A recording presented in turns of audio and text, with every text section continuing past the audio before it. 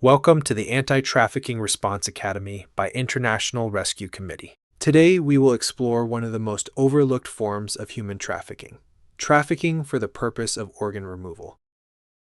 Human trafficking for organ removal occurs when a person's organs are taken through force, deception, or coercion, and then sold or used for transplantation or other purposes. It is a severe violation of human rights and medical ethics, yet it remains an often overlooked form of trafficking.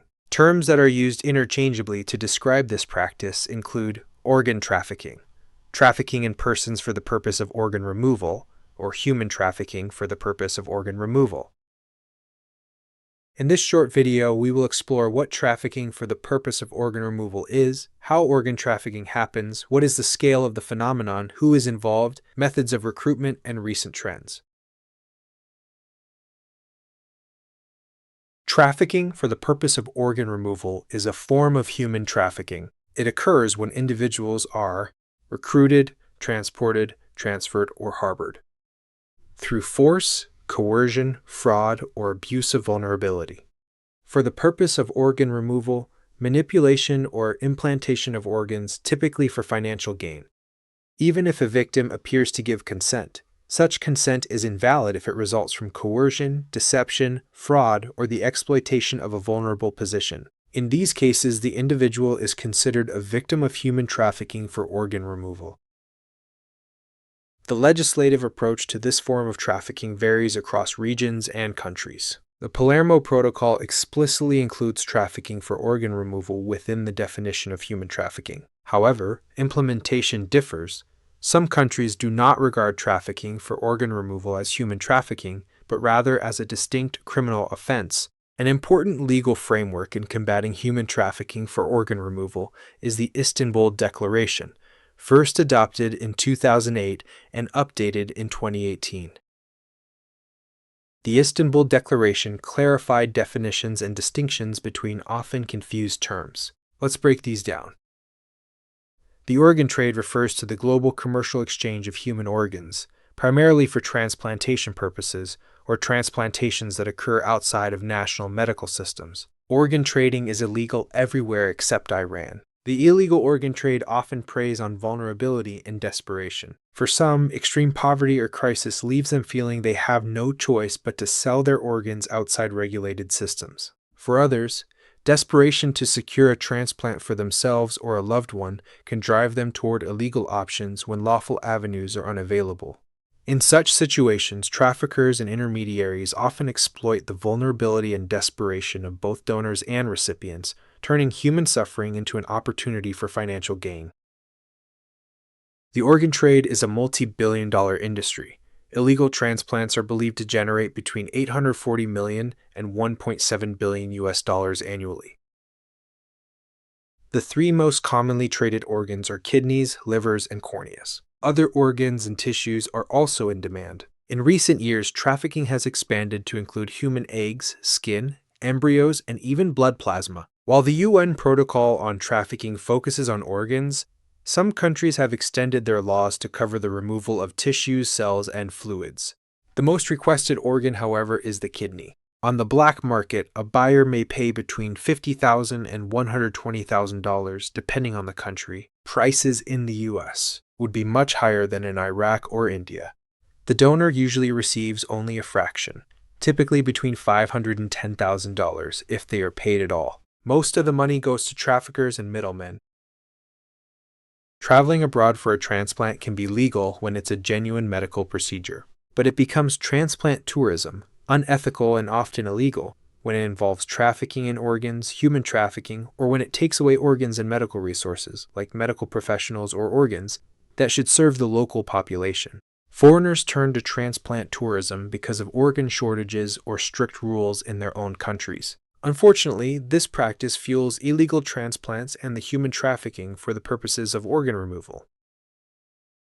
Trafficking in organs usually happens through voluntary but unlawful exchanges, for example, when someone sells a kidney on the black market, or when doctors perform transplants outside the legal system. The crime here focuses on the organ as a commodity. This is different from human trafficking for the purpose of organ removal, which involves exploiting people by trafficking them specifically so their organs can be taken. Human trafficking for the purpose of organ removal can occur in several ways depending on how victims are exploited. It can happen through the abuse of vulnerability. Traffickers promise payments or other benefits to people in extremely difficult situations in exchange for their organs. This type relies on exploiting a person's vulnerable position and desperation. Organ removal can take place through forced marriage. In some countries, traffickers may find it easier to arrange a marriage and then coerce the spouse into donating an organ. It can also happen through organ stealing. Organs are removed under the pretense of medical treatment, without the victim's knowledge or consent, using deceit and deception. It can also happen through ritualistic practices. In some cases, victims are trafficked and killed, and their organs or body parts are used for religious rituals, magic, or medicinal purposes, rather than for transplantation. Lastly, state-sanctioned organ trafficking. This form refers to forced organ harvesting that is sanctioned or enabled by the state. The main targets are prisoners of conscience, as well as minority groups. It has been reported primarily in China. Organ transplantation has grown exponentially since the first successful kidney transplant in 1954. Today, it is often the only life-saving treatment for organ failure. But the limited supply of legal organs does not meet this high demand. In 2023, over 172,000 solid organ transplants were performed worldwide, yet this meets less than 10% of the demand. In 2023, an estimated 18 transplants took place every hour. What does it mean in the context of trafficking for the purpose of organ removal? The shortage in organ supplies contributes to the rise of illegal practices. The World Health Organization estimates that 5 to 10% of all transplants, up to 12,000 each year, are illegal. Approximately only 175 victims of trafficking for organ removal were identified globally between 2017 and 23 in 25 countries. This is likely just the tip of the iceberg. The real scale of this crime is unknown due to its secrecy, limited studies, and victims' reluctance to come forward, as organ selling is illegal in most countries. The latest data indicates that the majority of identified victims were men, accounting for 63% of the total. They were mostly aged between 20 and 40 years. Additionally, women constituted 25%, and children made up 12% of those affected. Trafficking for the purpose of organ removal is often transnational. The regions most affected include North Africa, the West, South and Southeast Asia, Central America, and parts of Europe. Some experts say that describing the groups affected by organ trafficking is like describing the unobserved. Many victims come from economically deprived backgrounds or vulnerable situations, including unemployment or prior exploitation in labor or sex trafficking. Coercion can also come from debts, loans, or extreme hardship. People with limited access to education, lacking awareness of the health risks. Some are misinformed, even believing a kidney can regrow.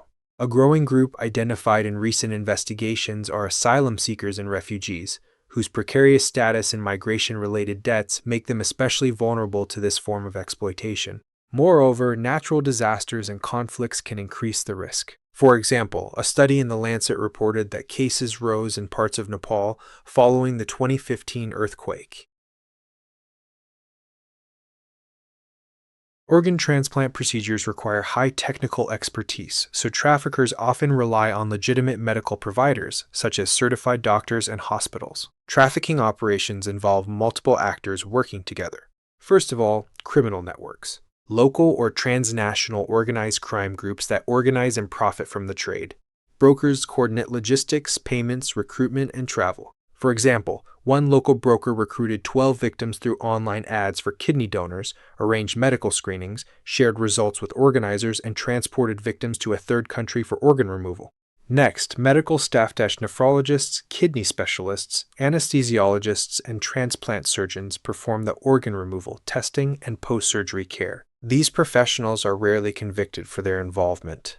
Finally, facilitators a wide range of individuals supporting the operation, including hospital administrators, customs officers, embassy staff, police, drivers, and translators. They accompany victims, enforce compliance, and help coordinate complex criminal logistics.